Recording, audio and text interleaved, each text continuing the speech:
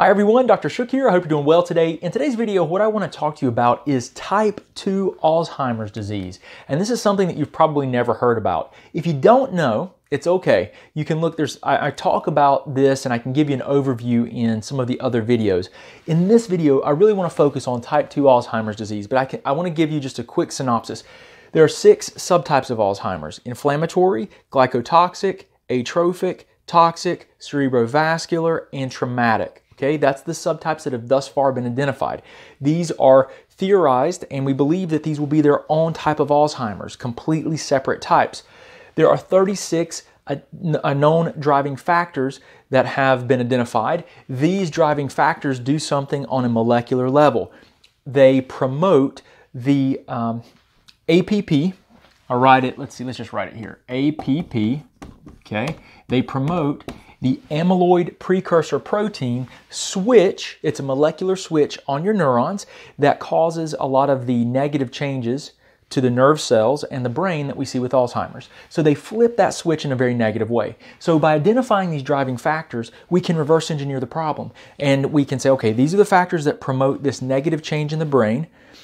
Is this person that's dealing with cognitive decline and Alzheimer's, are they suffering with or do they have any of these 36 driving factors? If they do, let's identify them, and then let's apply a dietary, lifestyle, temporary nutritional supplementation strategy, or whatever we can do to reverse that process.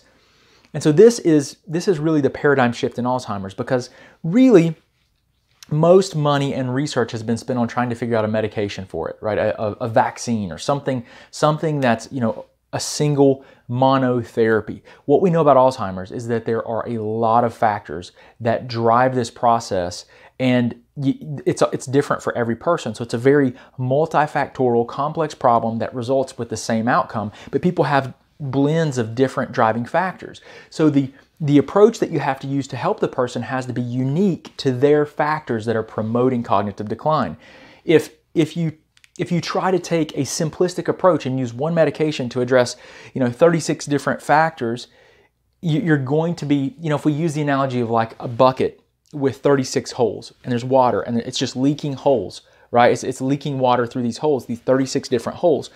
And the medication plugs 2 holes. Well, you just plug the 2 holes and you still got water pouring out the other 34.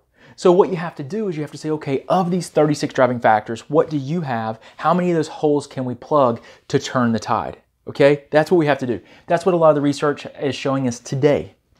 So let's talk about type 2, right? Type 2 Alzheimer's disease is also known as atrophic. Basically, that means there's lack of vitamins and minerals and hormones needed to keep the neurons healthy, your brain cells and your nerves healthy. Now, why does this happen? Well, poor diets, in particular, when we start looking at people with Alzheimer's, typically we're, of advanced age when it starts to become more obvious and more progressed. People tend to be of advanced age, even though the process has probably been going on and the factors that contributed to it for 20 years. Okay, this is why getting evaluated early and understanding your risk factors and doing everything possible to minimize cognitive decline early on in your life. We call it a cognoscopy. So instead of a colonoscopy that's preventative and that looks for problems with the gut, or the intestinal tract, we want to do a cognoscopy that looks at the factors that promote cognitive decline in the brain, and we want to take steps to prevent cognitive decline later in life.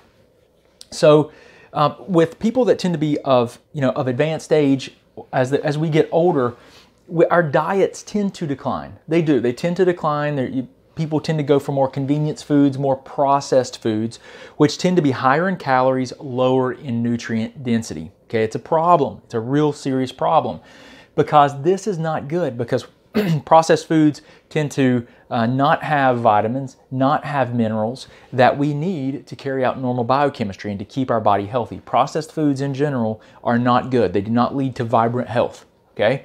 The second thing is poor absorption.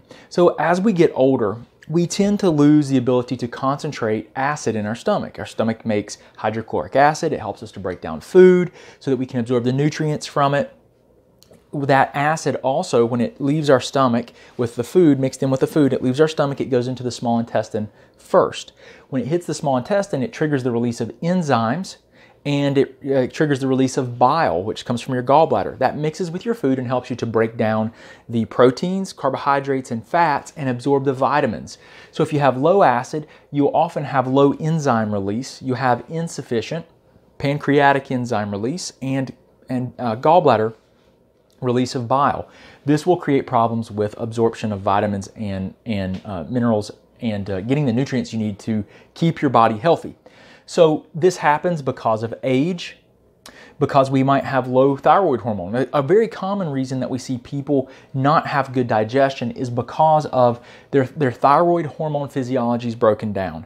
Now, this doesn't mean that you have low thyroid hormone levels. You could have a high inflammatory level that's preventing your body from using the thyroid hormone efficiently, because high inflammatory load decreases receptor sensitivity to thyroid hormone. So we could have there's so many different ways, over 20 or 30 different ways thyroid physiology breaks down. But if you don't have adequate stimulation of the cells of your body by the thyroid, you will not be able to do things like produce stomach acid at adequate levels. Everything suffers when you have low thyroid hormone. So this is also, when we talk about hormones here, we're really talking about thyroid hormone deficiency. Just think about this for a second. Your brain is made up of nerve cells. Those nerve cells have receptors all over them, which is where a hormone attaches to it and stimulates chemistry inside the cell. All kinds of thyroid hormone receptors throughout the brain. If you're deficient in thyroid hormone, you're going to have problems with your brain health. And people know this that are hypothyroid. People that are hypothyroid, they have brain fog, they have fatigue. Those are all energy production signs. And I'll tell you this, as energy goes, so goes the brain. If you're chronically fatigued, your brain is not going to be healthy. You've got to do something to fix those energy problems. You've got to figure out what the roadblock is. What are the problems contributing to, to this fatigue, to the poor energy levels? And it's going to be different for everyone. I can't sit up here and wave a magic wand and tell you what's contributing to your issues, because there are so many problems that contribute and manifest with the same symptoms. It's just like the brain. I mean, we're talking about the thyroid and all of these hormones. So there's also testosterone and estrogen. They have a very profound impact on the brain. So we have to understand that if these problems are occurring, why, right? So age, hormones, thyroid hormones, sex hormones, they're important to look at. Infections. So someone might have low stomach acid because they have a bacterial infection of H. pylori. This is the most common bacterial infection in the United States, guys. It is very frequently asymptomatic, like no symptoms. You may have heartburn, you may even have ulcers occasionally. And if it's not checked, it is a huge problem, because H. pylori, what it will do is it can lead to cancer, but it can also, what it does is it burrows into the stomach lining and shuts down stomach acid production. So it's a big, big problem, and it will decrease stomach acidity, affect the enzyme release by the pancreas and the gallbladder, and ultimately result in poor absorption, which leads to type 2 atrophic. You have to have vitamins, minerals, and hormones to keep the neurons healthy and have a healthy brain. So these are a lot of the common problems that we see. Inflammatory bowel diseases are also something that can create these issues. So you have to be aware that if you have any type of autoimmune process, or you have an inflammatory process in the gut, that you're not going to absorb well. Okay, this is a really very significant and big problem that we have to recognize. Now, how do you address this? So we've already kind of talked about some of the contributing factors here, but the approach, the science-based approach that we take is D.R.R, detect, remove, repair. Okay, detect the problems. So we understand these 36 driving factors. So what we can do is we can do laboratory testing to assess as many of these problems as possible. Then, based on that information, we formulate a plan that's specific and unique to you to help you work on these factors that are promoting cognitive decline. All right, so we put together and tailor a program specifically to you. Now, once we do the detect, we then remove things that need to be removed. If there's an infection or like H. pylori or something like that, we remove it. If something needs to be repaired, we support the body with healing. Okay, we support the body with healing with herbs, nutrients. If you need other things, we'll figure out what you need, but detect, remove, repair. Now, if that's not an option for you, what you can do is you could consider some trial and error options, because there are some things that you can do. So as far as trial and error goes, there are a few things that you want to consider. So number one is keto diet, okay? Ketogenic diet.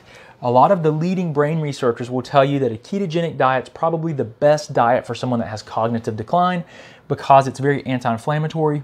The brain works very efficiently on ketones, which is why it's called the keto diet. Ketones are produced as a byproduct of using fat for energy. Your brain can use ketones very efficiently, and we know that there can be some real positive changes there. Now, also intermittent fasting, IF. Intermittent fasting. This is where you condense your window of eating to a more narrow time, so you're not just eating all day anytime. You're actually restricting your window of eating.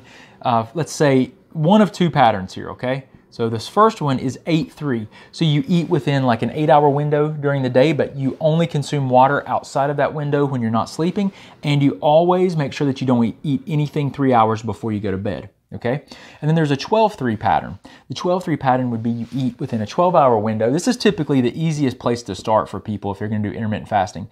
12-hour window, so maybe you go from 6 to 6. Okay, you eat at 6 in the morning or 7 in the morning to 7 p.m., 7 a to 7 p. And then you go to bed, let's say if you do 7 to 7, you go to bed at 10, right? So you don't eat after 7. Right? You don't eat anything, you just drink water. Water's fine, but anything else, tea, coffee, anything else, will trigger enzyme production rhythms that work on a 24-hour cycle. Okay, this is something we're learning a lot about. Just intermittent fasting is a very powerful tool. It works on numerous mechanisms throughout the body, so you want to consider this too. Now, the next thing is vitamin and mineral supplementation. Now, we've talked a lot about this here, so vitamins and minerals, taking them in supplementally can be very helpful.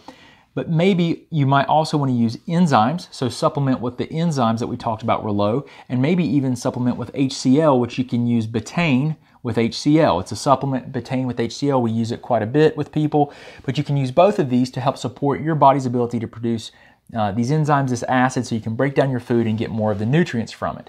Now, if you're deficient in hormones, those just have to be checked. And there's a lot of reasons that hormones can be low. And it might not necessarily mean that you need a hormone replacement therapy, but you do have to look at hormones as well. So these are things that you can consider doing on your own, and that could be beneficial, but you just need to look into it and see if it's something that might be right for you. Now, if you want guided assistance, if you just think this is a lot, I don't really know that I want to think about trying to figure this all out, and I would like some specific guidance based on what I need and not just guessing, then you can go to new.alzconsult.com. It's new.alzconsult.com, and you can learn about our Saving the Brain program. I work with people all over the world. We work with people in other countries. We work with people across the United States. And what we do is we look at their health history in great detail. We help them to get an idea of where the problems lie that are contributing to cognitive decline. Then what we do is we order advanced diagnostic testing, the very broad diagnostic testing that casts a wide net that helps us identify these 36 factors and determine what subtypes you are or what risk factors you have contributing to cognitive decline. And then we work to implement a plan that's based on your test results to help you improve your cognitive function and health. So if you need help there, you can just go and check out the website and we'll help you out. We'll do the best that we can for you. If you have any other questions or you need anything, don't hesitate to message us. We will do everything we can to help you. But I do appreciate you guys spending this time with me today. I hope you have a wonderful, wonderful day and look forward